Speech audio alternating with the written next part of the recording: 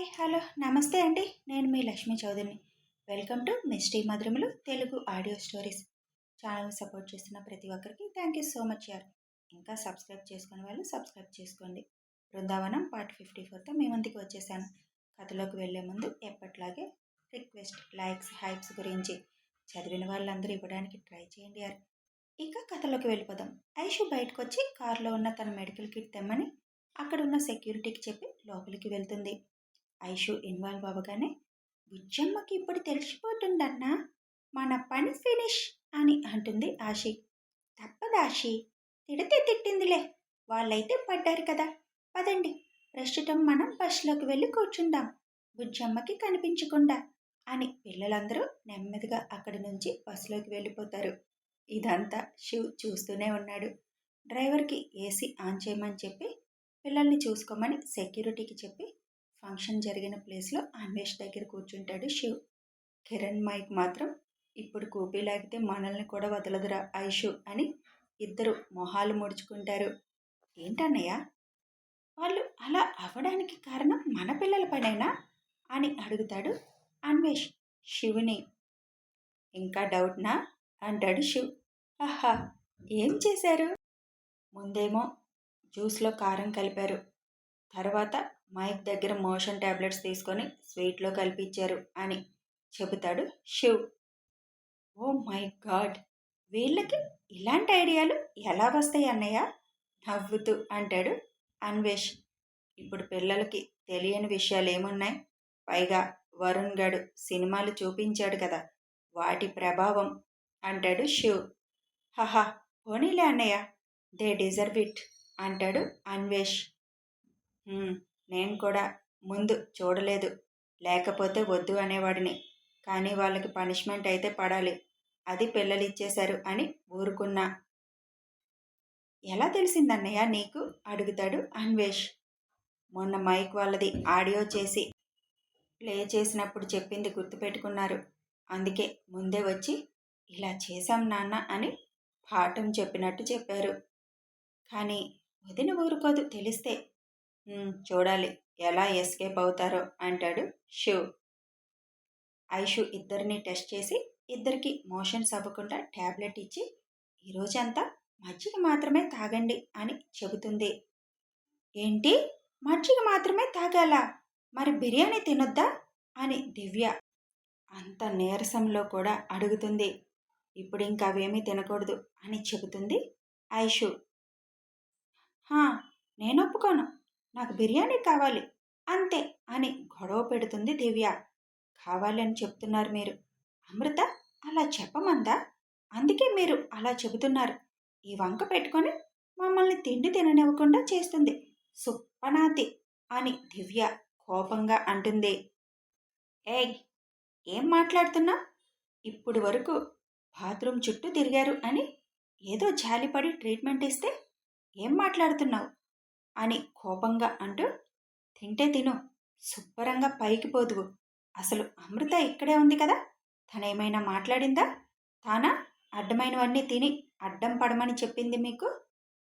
అమృతతో మాట్లాడినట్టు నా దగ్గర మాట్లాడాలని చూడకు, మళ్ళీ మాట్లాడడానికి నాలుక లేకుండా చేస్తా అంటుంది ఐషు. ఐషు కొద్దిగా గట్టిగా మాట్లాడేసరికి దెబ్బకి నోరు మోస్తుంది దివ్య. ఇంకోసారి అమృతని ఏమన్నా అన్నావు అంటే కాళ్ళు విరగ్గొడతాను, నీకంటే పెద్దదే కదా, అక్క అని అనలేవా, అమృత అని పేరు పెట్టి పిలుస్తున్నావు. ఇంకోసారి నోరు అదుపులో లేదనుకో, చెప్పాను కదా, కాళ్ళు విరగ్గొట్టి వీల్ చైర్కి పరిమితం చేస్తా.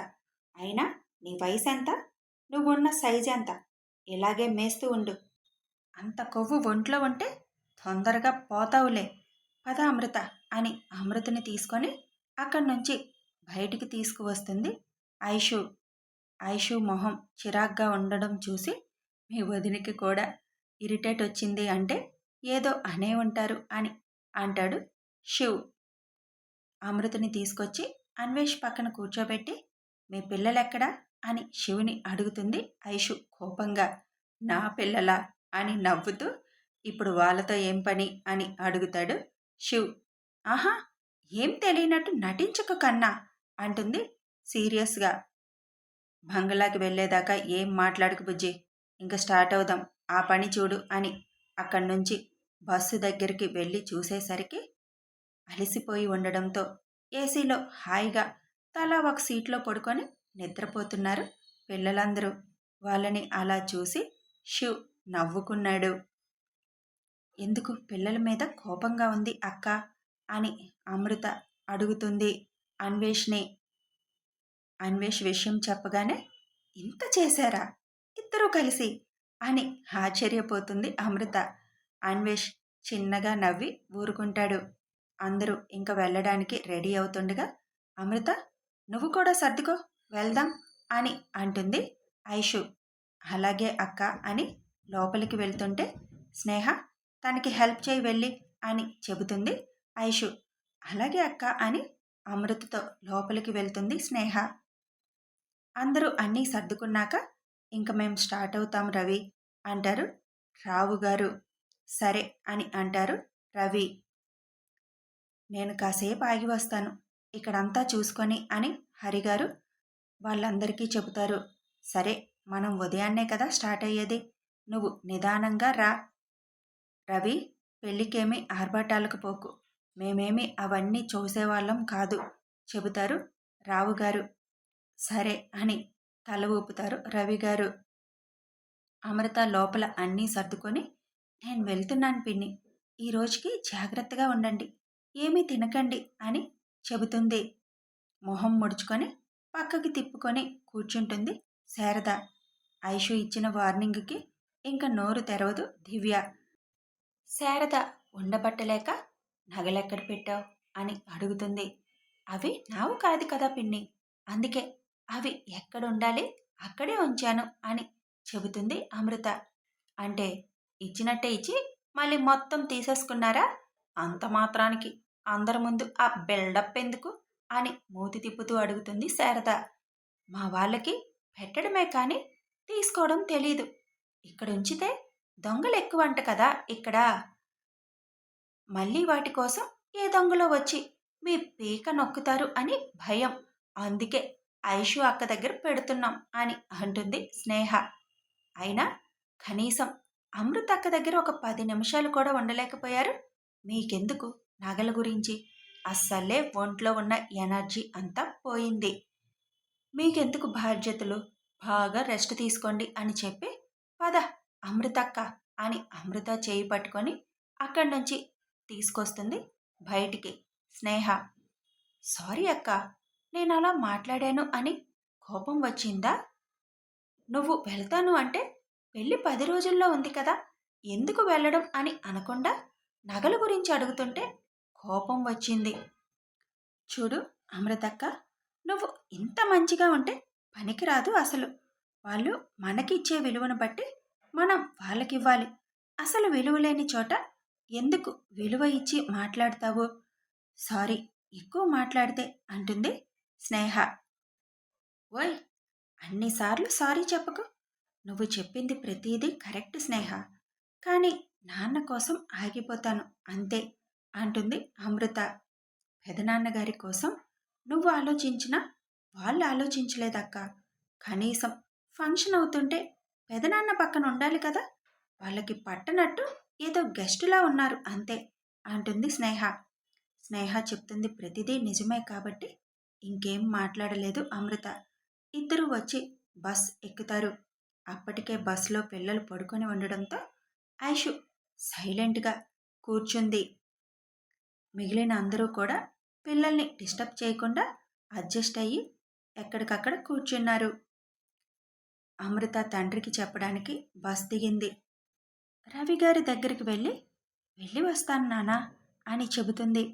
అలాగే అమ్మో, 3 రోజుల ముందు వచ్చే, రేఖ వదిన వాళ్ళు వస్తారులే, వాళ్ళతో వచ్చే అని చెబుతారు రవి. సరే నాన్న. అమ్మ అమృత, కాసేపు ఆగి మేము వస్తాం అక్కడికి, ఒక్కడు ఇక్కడుండి ఏం చేస్తాడు, అక్కడికి తీసుకువస్తాను, అప్పుడు మాట్లాడుకుందరు, ఇప్పుడు స్టార్ట్ అవ్వు అని చెబుతారు హరిగారు. సరే అని బస్ ఎక్కుతుంది అమృత. శివ్, వరుణ్, మైక్, కిరణ్, రాజ్ కారులో స్టార్ట్ అవుతారు. బస్ బంగ్లా చేరగానే శివ్ ఆయుని, వరుణ్ ఆశిని తీసుకొని వచ్చి లోపల పడుకోబెడతారు. మిగిలిన పిల్లల్ని ఎవరు తండ్రులు వాళ్ళు తీసుకొని వచ్చి పడుకోబెడతారు. రాజ్ ఇంకొక కొడుకుని వర్షిత్ తీసుకొని వస్తాడు లోపలికి. ఏంటి అందరూ అంత అలిసిపోయినట్టు పడుకున్నారు అని వంశీ గారు అడుగుతారు. అలిసిపోయి పడుకోవడం కాదు మామయ్య గారు, తప్పించుకోవడానికి పడుకున్నారు అని అంటుంది ఐషు. తప్పించుకోవడానికా? ఎందుకు? ఏం చేశారు అని అడుగుతారు రుక్మిణి. అమృత పిన్ని చెల్లికి అలా అవడానికి కారణం వీళ్ళే అని అంటుంది ఐషు. నీకెలా తెలుసు అడుగుతారు వాణి. లోపల ఆడుకుంటామని తీసుకువెళ్ళిన స్వీట్ బాక్స్ ఉంది, అందులో స్వీట్స్ తిన్నాకే వాళ్ళకి మోషన్స్ స్టార్ట్ అయ్యాయి. ఇది బాగుంది, స్వీట్ తింటే ఎందుకు అవుతాయి? అప్పటికే వాళ్ళు ఏం గడ్డి తిన్నారో. ఆ పిల్ల డ్రింక్ 4 గ్లాసులు తాగింది, నేను చూశాను అని అంటారు వాణి గారు. ఏం చేశారో ఎందుకు అయ్యాయో లేచాక వాళ్ళే చెప్తారు. మీ బంగారాలు, వెయిట్ చేయండి, నేను శారీ చేంజ్ చేసుకొని వస్తాను అని వెళుతూ, అమ్ముద్దా నీకు రూమ్ చూపిస్తాను, నువ్వు కూడా చేంజ్ చేసుకుందువు అని అంటుంది ఐషు. సరే అక్క అని వెళుతుంది అమృత. అమృత నగలన్నీ తీసి ఒక బాక్స్లో పెట్టి శారీ మార్చుకొని సింపుల్గా ఉండే లైట్ వెయిట్ శారీ కట్టుకుంటుంది. ఐషు కూడా చేంజ్ చేసుకోగానే ఇద్దరూ కలిసి స్టెప్స్ దిగుతుంటే భలే ఉన్నారు కదా ఇద్దరు. ఐషు కొద్దిగా హైట్ ఎక్కువ, కానీ మిగతా అంతా చూస్తే ఇద్దరికి పోలికలున్నట్లున్నాయి కదా అక్క అంటారు వాణి గారు. సొంత తోడుపుట్టిన అక్క చెల్లెళ్ళన్నా నమ్ముతారు అని అంటారు శ్రీ వాళ్ళ అత్తగారు. ఎంత అందంగా ఉన్నారో అనుకొని అందరూ చూస్తూ ఉంటారు దిగుతున్న వాళ్ళిద్దరినీ. కిందకి రాగానే విజయ గారు వెంటనే కిచెన్లోకి వెళ్ళి వచ్చి ఇద్దరిని కూర్చోమని ఆవిడ తెచ్చిన ఉప్పుతో ఇద్దరికి దిష్టి తీస్తారు. అత్తయ్య, అన్వేష్కి అమృతకి కదా తీయాలి, నాకెందుకు అని అడుగుతుంది ఐషు. మీ ఇద్దరిని చూసి మీ ఇద్దరు ఒకేలా ఉన్నారు అందంగా అని అన్నాంలే, అందుకే తీశారక్క అని చెబుతారు రుక్మిణి. హో అని ఒకరి ముఖం ఒకరు చూసుకొని నవ్వుకుంటారు జూనియర్ తోడి కోడళ్ళు. 1 గంట తర్వాత ఐషు సీరియస్గా చూస్తుంటే తన ఎదురుగా పిల్లలందరూ తల వంచుకొని చేతులు కట్టుకొని నుంచొని ఉన్నారు. ఏం చేశారు అంటే నోరు తెరవకుండా అలా సైలెంట్గా ఉంటే ఇవాళంతా అలాగే నుంచుంటారు అని కోపంగా అంటుంది ఐషు. విహాన్, నువ్వు వాళ్ళందరికంటే పెద్దవాడివి, నువ్వు వాళ్ళకి సపోర్ట్ చేయకుండా ఆపాలి కదా అని అడుగుతుంది ఏమీ మాట్లాడకుండా ఉన్న వాళ్ళని ఐషు. అత్త సారీ అంటాడు. సారీ కాదు, నేను అడుగుతుంది నువ్వు ఎందుకు వాళ్ళని ఆపలేదు అని అడుగుతున్నా. అత్త, నేను పెద్దయినా మా గ్యాంగ్కి పెద్ద మాత్రం ఆయునే, ఇంకా వాళ్ళు మాకు నచ్చలేదు, అందుకే అలా కాసేపు వాళ్ళని ఆడుకోవాలి అనిపించింది, అందుకే ఆడుకున్నాము అని చెబుతాడు విహాన్. అబ్బా అన్నా, వీడికి మాట్లాడడం రాదు, ఎలా చెప్తున్నాడో చూడు అని అంటుంది ఆశి. అని ఆయు అంటాడు. మైరా, హన్సిక, మీరు కూడా వీళ్ళతో కలిసి చేస్తున్నారా పిచ్చి పనులు? అత్త, మేము పిచ్చి పనులు చేయలేదు, మంచి పనులు చేశాము అని అంటారు ఇద్దరు. ఏంటి మంచి పనులు? అలా పెద్దవాళ్ళతో ప్రవర్తించడం మంచిదా? అత్త, వాళ్ళు మంచి వాళ్ళు కాదు, అందుకే మేము ట్రీట్మెంట్ ఇచ్చాము అని అంటారు హన్సిక, మైరా. వాళ్ళు మిమ్మల్ని ఏమైనా చేశారా? అసలు ఇంత లేరు, మీరు వాళ్ళకి ట్రీట్మెంట్ ఇవ్వడం ఏంటి? వాళ్ళిద్దరికీ అసలు భయం లేకుండా పోతుంది, వాళ్ళతో కలిసి మీరు కోతుల్లా తయారయ్యారు. బుజ్జమ్మ, వాళ్ళనేమీ అనుకు, మేమే స్టార్ట్ చేశాం, వాళ్ళు మాకు సపోర్ట్గా ఉన్నారు అని అంటాడు ఆయు. ఇప్పుడు చెప్పాయు, ఇదంతా మీ అన్నా చెల్లెళ్ళు కలిసి చేసిందే కదా, ఎందుకు చేశారు, ఏం చేశారు అని అడుగుతుంది ఐషు. ఏం లేదు బుజ్జమ్మ, ఫ్యాట్ ఆంటీ అమృత పిన్నిని చాలాసార్లు ఏడిపించింది అని నేహ ఆంటీ చెప్పింది, అందుకే మాకు ఫ్యాట్ ఆంటీతో కాసేపు ఆడుకోవాలి అనిపించి అలా చేశాము అని అంటారు. నేహ రాలేదు కాబట్టి సరిపోయింది. లేదంటే ఇప్పుడు అక్క చేతిలో బ్యాండ్ ఉండేది. ఇప్పుడు నెక్స్ట్ నా పేరు చెప్తాడు ఎలాగూ. నేనే ముందు వెళ్ళి నుంచుంటే బెస్ట్ అని స్నేహ వచ్చి పిల్లల పక్కన వచ్చి సేమ్ పిల్లలు ఎలా నుంచున్నారో అలా నుంచుంటుంది. నువ్వెందుకు వచ్చావు స్నేహ పిన్ని అని ఆశి అడుగుతుంది చిన్నగా. నెక్స్ట్ మీరు చెప్పేది నా పేరే కదా, మేమెందుకు చెప్తాం? నేహ ఆంటీ ఇక్కడ లేదు కాబట్టి ఆంటీ పేరు చెప్పాం. హెల్ప్ కూడా ఆంటీ చేసిందని చెప్పేవాళ్ళం అంటాడు ఆయు. అవునా, నేనే తొందరపడొచ్చి బుక్ అయ్యానా అని తల కొట్టుకుంటుంది స్నేహ. ఏంటి మీ గుసగుసలు? అంటే స్నేహ మీకు హెల్ప్ చేసిందన్నమాట అని కోపంగా చూస్తుంది ఐషు. కథ కొనసాగుతుంది. మరి మైక్ కిరణ్ వాళ్ళు కూడా వచ్చి నిలబడతారా? ఐషు వీళ్ళందరికీ ఎలాంటి పనిష్మెంట్ ఇవ్వబోతుంది తెలియాలి అంటే కథని ఫాలో అయిపోండి. ఫాలో అవ్వాలంటే ఏం చేయాలో తెలుసు కదా, సబ్స్క్రైబ్ చేసుకొని బెల్ ఐకాన్ ప్రెస్ చేస్తే నోటిఫికేషన్స్ వస్తాయి. వీడియో నచ్చితే లైక్ చేయండి, షేర్ చేయండి, కామెంట్స్ చేసి మీ అభిప్రాయాలు తెలపండి. Thanks for watching.